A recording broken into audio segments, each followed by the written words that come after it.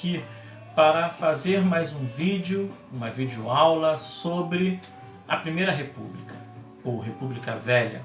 Mas nesse vídeo nós vamos tratar especificamente do final, de alguns aspectos, finalizando as aulas sobre Primeira República, ok? Nós vamos falar nesse vídeo sobre as revoltas que ocorreram no campo, as revoltas que ocorreram na cidade e o evento que vai por fim na Primeira República, que vai ser a Revolução de 1930, liderada por Getúlio Vargas, beleza? Então vamos lá, sem mais perda de tempo. A primeira revolta que nós vamos falar vai ser uma revolta que ocorreu na cidade, que vai ser a Revolta Armada, que ocorreu entre 1893 e 1894, ok? Essa revolta ela vai envolver as Forças Armadas. Bom, os nossos primeiros presidentes republicanos, ou os primeiros presidentes da República, foram o Marechal Deodoro da Fonseca e o Marechal Floriano Peixoto. Esses dois primeiros presidentes, ou esse período, vai ser identificado pelos historiadores como a República da Espada, justamente pelo fato dos nossos dois primeiros presidentes terem sido marechais do Exército. Outra característica desse período vai ser o autoritarismo. E a revolta estará ligada diretamente a essa questão do autoritarismo, porque esse autoritarismo ele vai passar por cima da Constituição, que foi elaborada em 1891. Quando acontece a proclamação da República, o nosso primeiro presidente vai ser o Marechal Deodoro da Fonseca, só que ele era militar.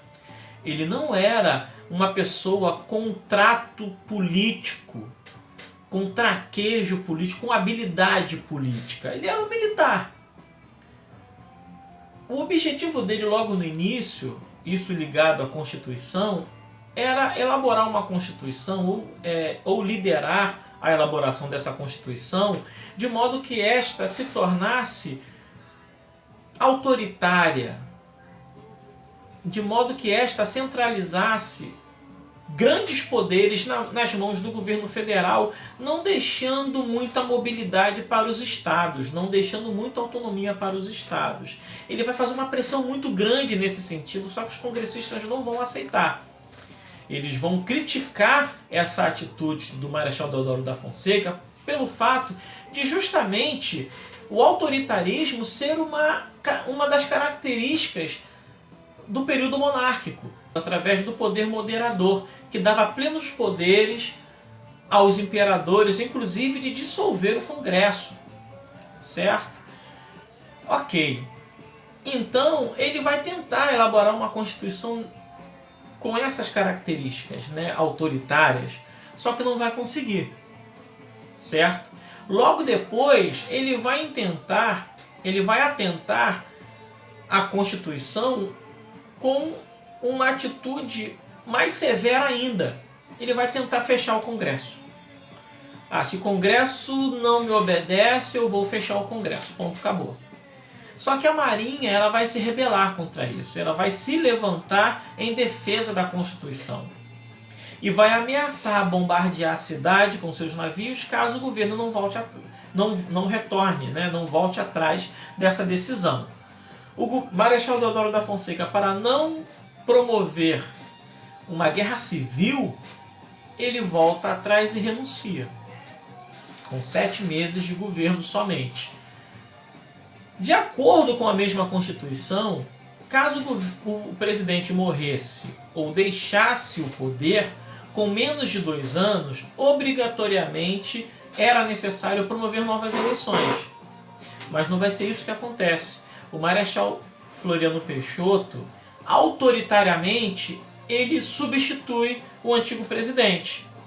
Ora, a Marinha já tinha conseguido o seu primeiro intento com a revolta, né? O Marechal Deodoro da Fonseca voltou atrás, não fechou o governo. Portanto, a revolta, né, teve fim, né? Ora, se nós conseguimos se a Marinha conseguiu que a Constituição fosse preservada, não tinha motivo para continuar a revolta. Então a Marinha voltou atrás, os navios voltaram para os seus lugares e a normalidade já era esperada. Mas aí o Marechal Floriano Peixoto veio com essa, passando por cima da Constituição. Ok? A Marinha volta a se rebelar, só que o Marechal, o presidente agora, Floriano Peixoto, não volta atrás. Parte para cima, bate de frente com os revoltosos. E acontece uma guerra civil sem precedentes no centro da cidade, fazendo com que, inclusive, a capital do estado ela seja transferida para Petrópolis, porque o bicho estava pegando na cidade, na capital e aqui na região metropolitana, principalmente ali em Niterói, né, para os lados de Niterói. Então, e ela se torna tão efetiva esse conflito, né, tão intenso, que ele se desloca para a região sul do país, onde lá as forças federais, as forças do governo conseguem abafar os revoltosos e termina a revolta armada, ok? Fazendo com que o Marechal Floriano Peixoto ganhe o apelido de o Marechal de Ferro, porque ele não volta atrás, ele bate de frente e vai até o final. Beleza, falamos sobre a revolta armada, agora vamos falar sobre a revolta da vacina que ocorreu em 1904. Só que nós não podemos falar de revolta da vacina se nós não falarmos sobre a reforma Pereira Passos, que aconteceu entre 1903 e 1906. Ok? Nesse período, o presidente do Brasil era Arthur Bernardes. Se não me falha a memória, foi Arthur Bernardes, sim. E o Rio, a capital, ele passava por um momento muito difícil, que foi um momento que eram momentos em que o Rio de Janeiro era assolado por epidemias. Não só o Rio de Janeiro, mas o Brasil, mas Rio de Janeiro mais especificamente. Como lidar com isso? Então Arthur Bernardes ele vai convidar Pereira Passos, ok? E Pereira a se envolver na política. Ele vai ser eleito governador do Rio de Janeiro. Ele vai ser eleito governador da capital, né? E ele vai promover na capital uma série de reformas urbanísticas que vai ter por objetivo promover o saneamento básico e o embelezamento nas cidades, né? Será necessário? Vai ser necessário sim, porque essa falta de saneamento básico, ruas estreitas, vai promover o surgimento de epidemias, de doenças. Tanto que principalmente nas épocas de janeiro e fevereiro, que são épocas que chove muito, quando inundava, os esgotos iam para a rua, entravam na casa das pessoas, aí logo depois vinham as epidemias. Então era necessário? Era necessário. Principalmente no aspecto do sanitarismo, da saúde e no aspecto econômico também, né? Que a cidade mais bonita atrai mais visitantes, turistas. Só que para se fazer essa reforma, que envolvia também o alargamento das cidades, muitas casas simples da população mais pobre foram destruídas. E as populações dessas casas, as pessoas que moravam nessas construções, elas vão ser obrigadas a ir para outros lugares sem indenização nenhuma. Então, assim, a população já vai ficar pé da vida com o governo. Ora, eu perdi a minha casa e vou ter que ir para outro lugar sem receber indenização, começar uma vida do zero.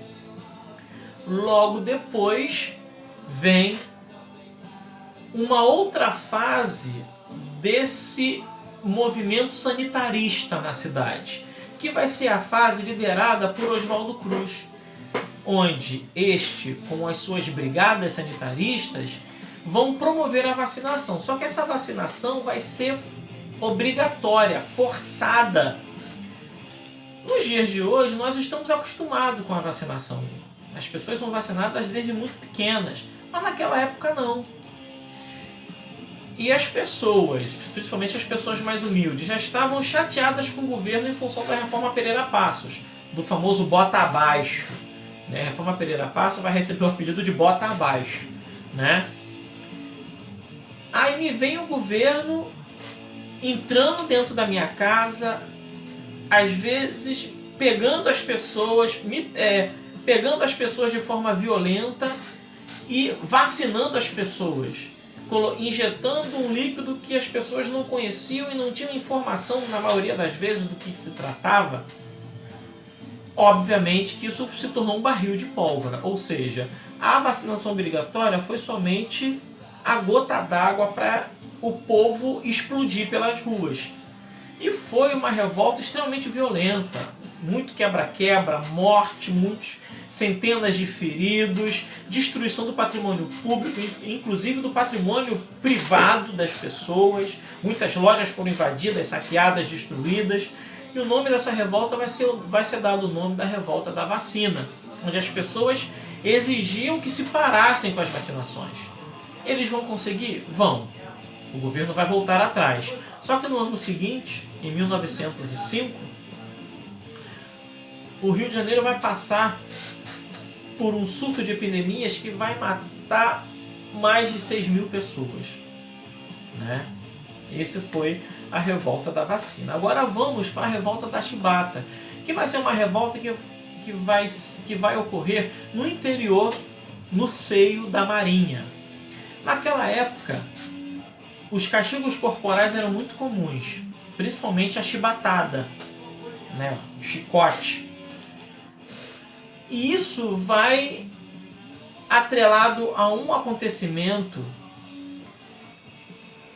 num barco de guerra, num navio de guerra, vai ser num encouraçado por nome Minas Gerais. Diante de um acontecimento que vai ocorrer nessa embarcação, vai estourar a revolta chamada Revolta da Chibata. Ora, os castigos corporais eram muito comuns na Marinha. Só que um acontecimento onde nesse navio, no encouraçado Minas Gerais, um marinheiro vai entrar no navio com um excessivo carregamento de bebida alcoólica,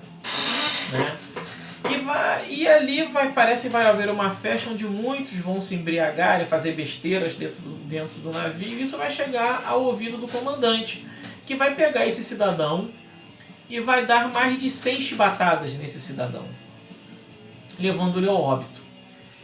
Os seus companheiros ali vão se revoltar, vão ficar indignados, vão matar o comandante, tomar posse do navio e exigir que o governo pare com os castigos corporais sob pena dessa fragata bombardear o Rio de Janeiro.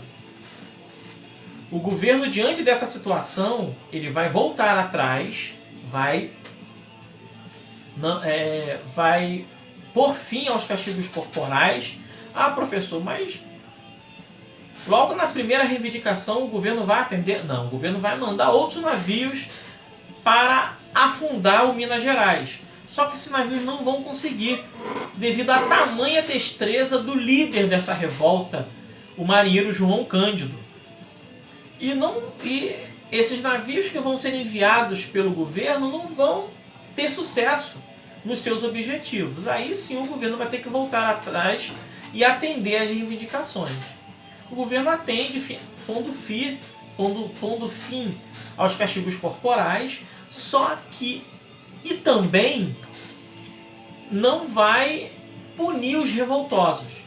Diante dessa situação, a revolta acaba, os marinheiros devolvem o navio e tudo volta à tranquilidade, ok? Não, mentira. Porque assim que a revolta acaba, os castigos corporais são reiniciados. Quando os antigos revoltosos planejam uma nova revolta, o governo já sabia, os líderes pegam esses caras e alguns Alguns são castigados, outros mortos, outros mandados como prisioneiros para o norte do país. E pondo fim assim à revolta da Chibata. A revolta da Chibata vai trazer um pensamento, uma reflexão muito importante, porque os cargos inferiores da marinha, os de marinheiro, eram compostos por ex-escravos, mestiços, população pobre, que diante desses castigos corporais era criado um ambiente no interior da marinha que remontava a escravidão, né? Não esquecendo que as chibatadas eram um dos castigos mais utilizados na época da escravidão. Ora, mesmo na República, ser permitido um tipo de atividade que remontava a um momento muito triste da história brasileira, que foi a escravidão, essa revolta não era só simplesmente para acabar com os castigos corporais, com a violência em si, mas era justamente uma negação a um elemento que remontava ao período da escravidão, que eram as chibatadas. Vamos falar agora sobre o movimento tenentista, que vai ser a última revolta nas cidades que nós vamos tratar. Ok? Beleza. O movimento tenentista ele vai ocorrer no período de 1922 a 1927. E esse movimento ele vai ser constituído de revoltas promovidas pelo exército, principalmente pelo recente oficialato, pelos tenentes. Tá? Essa revolta ela vai acontecer devido de uma rixa que existia entre o presidente o presidente Arthur Bernardes e o Marechal Hermes da Fonseca, que na época era presidente do Clube Militar do Rio de Janeiro. O que vai acontecer? Irão surgir reportagens, ou melhor, irão surgir cartas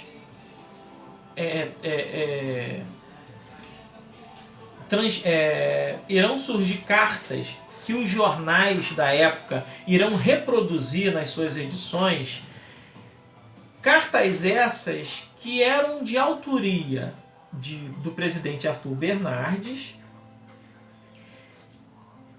contra Hermes da Fonseca, denunciando atitudes, como eu posso dizer, imorais, atitudes vergonhosas do presidente Hermes da Fonseca, do Marechal Hermes da Fonseca. Na verdade, eram eventos íntimos, críticas a determinadas posturas do Marechal Hermes da Fonseca, principalmente de sua esposa na época. E isso vai levar ao exército, aos oficiais do exército, a ficarem indignados com essa situação. Ora, o exército ele já estava indignado com a política que estava acontecendo, com o tipo de política que estava acontecendo no país naquela ocasião, que era uma política fraudulenta, corrupta e controlada pelas oligarquias, principalmente pelos coronéis, né? O exército já não aguentava mais essa situação. E esse evento, né, que vai expor a vida particular de Hermes da Fonseca, vai fazer explodir uma revolta no Forte de Copacabana, aquele forte que fica lá no final da praia de Copacabana, onde os tenentes, né, que serviam naquele quartel, eles vão se revoltar. O governo vai utilizar a marinha para abafar essa revolta, ameaçando bombardear o quartel. Parte dos oficiais vão se render, mas a minoria não vai se render. Eles serão mais audaciosos. Eles vão marchar pelas ruas de Copacabana. A esse evento será o nome da revolta dos 18 do Forte. 17 militares e um civil. Ok? Só que essa foi a primeira dessas revoltas? Acontecerá uma segunda em 1924, que vai acontecer em São Paulo, liderado pelo comandante Miguel Costa.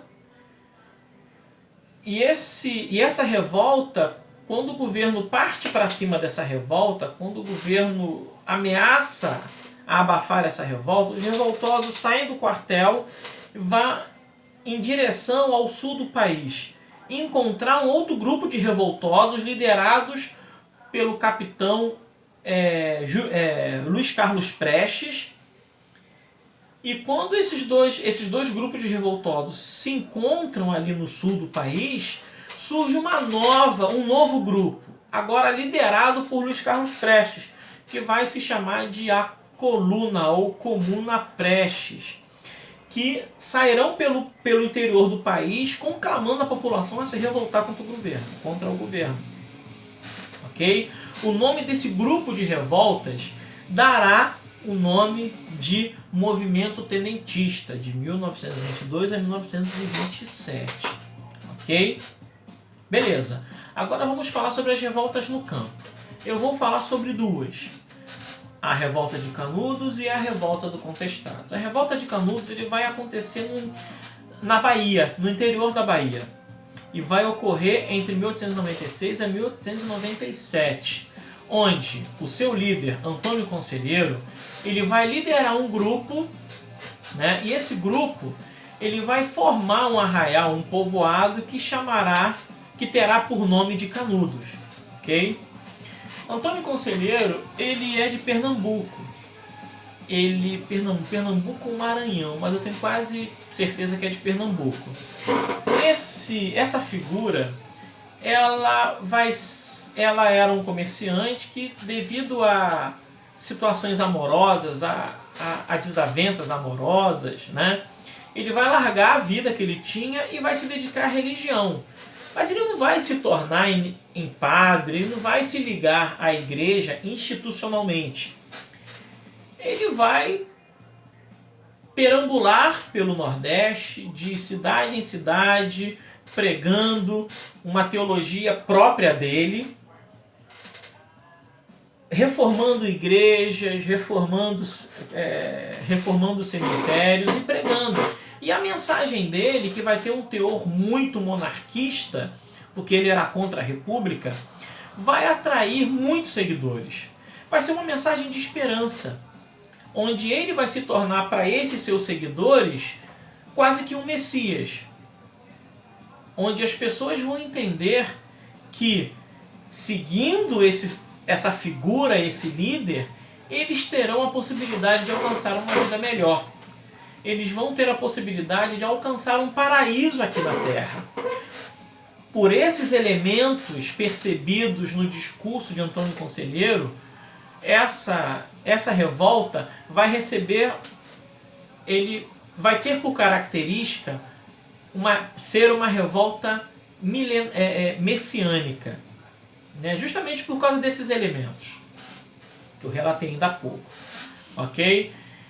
Quando Antônio Conselheiro chega na Bahia, ali ele monta um povoado. Esse povoado vai receber o nome de Canudos e vai progredir e prosperar a ponto de seus produtos competirem com os produtos dos fazendeiros da região, até de Salvador.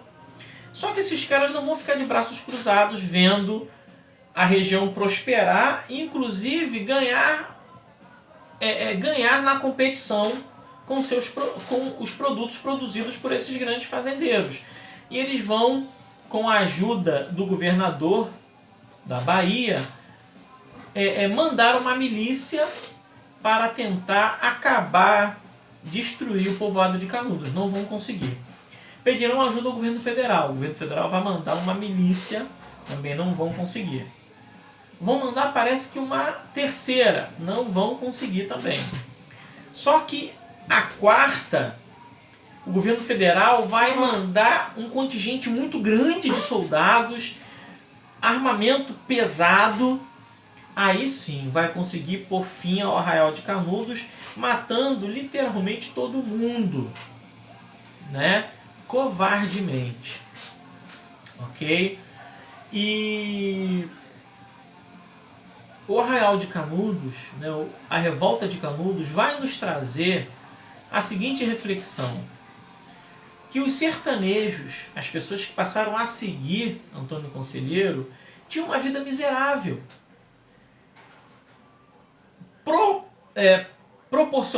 provocado pela concentração de terra nas mãos dos coronéis, na mão das oligarquias do Nordeste, que concentrava cada vez uma maior quantidade de terra, que concentrava cada vez maiores extensões de terra, não deixando que os pequenos produtores prosperassem, não deixando que os pobres tivessem acesso à terra. E isso trazia fome, isso trazia desemprego, isso trazia sofrimento. Então o discurso de Antônio Conselheiro vai trazer esperança para essa população, que na verdade trouxe, né? Só que terá um fim trágico. No mesmo sentido de Canudos, os mesmos elementos que nós vamos encontrar em Canudos, nós vamos encontrar também na Revolta do Contestado, que ocorreu na região sul do país, ali na divisa entre os estados do Paraná e Santa Catarina, onde o governo federal tinha iniciado a construção de uma linha de trem que ligaria São Paulo ao sul do país. Só que essa construção vai ser abandonada pelo grupo que iniciou, que foi um grupo inglês. E a população que trabalhou na construção dessa ferrovia serão largados de mão. Ora, sem ter por onde ir, eles vão iniciar a sua vida ou recomeçar as suas vidas ali naquela região, nessa região onde eu acabei de mencionar a vocês, que era uma região, inclusive, rica em plantação de erva mate, que é o produto principal na produção do chimarrão, né? Dessa bebida tradicional do sul do país. Quando o governo decide reiniciar a construção dessa ferrovia, agora com uma empresa americana, o povoado que foi construído ali naquela região vai ser destruído. As pessoas serão obrigadas a largar as suas casas, né? E uma outra realidade de pessoas pobres, injustiçadas e sem esperança. Surge um outro personagem parecido com Antônio Conselheiro, só que por nome José Maria, o monge José Maria, ou Beato José Maria, que vai liderar a sua população na resistência, né? Da investida do governo. O governo consegue abafar essa resistência, né? Consegue abafar essa resistência épocas depois, porque serão várias investidas, né?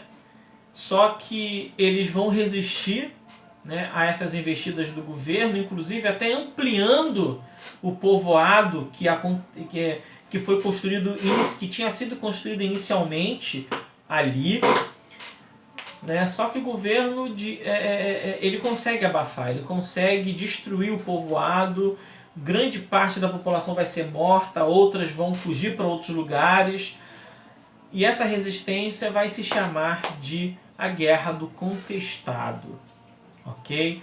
Existem mais detalhes nos temas que eu estou falando para vocês, mas por causa da nossa falta de tempo, eu estou tendo que acelerar, porque nós estamos falando de vários assuntos num período curto de tempo. Ok? Beleza. A Revolta do Contestado ela vai ocorrer entre 1912 a 1916. Tá? Também vai ser chamado de uma revolta messiânica, por causa da figura de José Maria, que é muito próxima da de Antônio Conselheiro. Okay? Finalizando esse vídeo, nós vamos falar agora sobre a revolta de 1930. Em 1930 ocorreu as eleições em substituição do presidente do Brasil, Washington Luiz. Washington Luiz era paulista.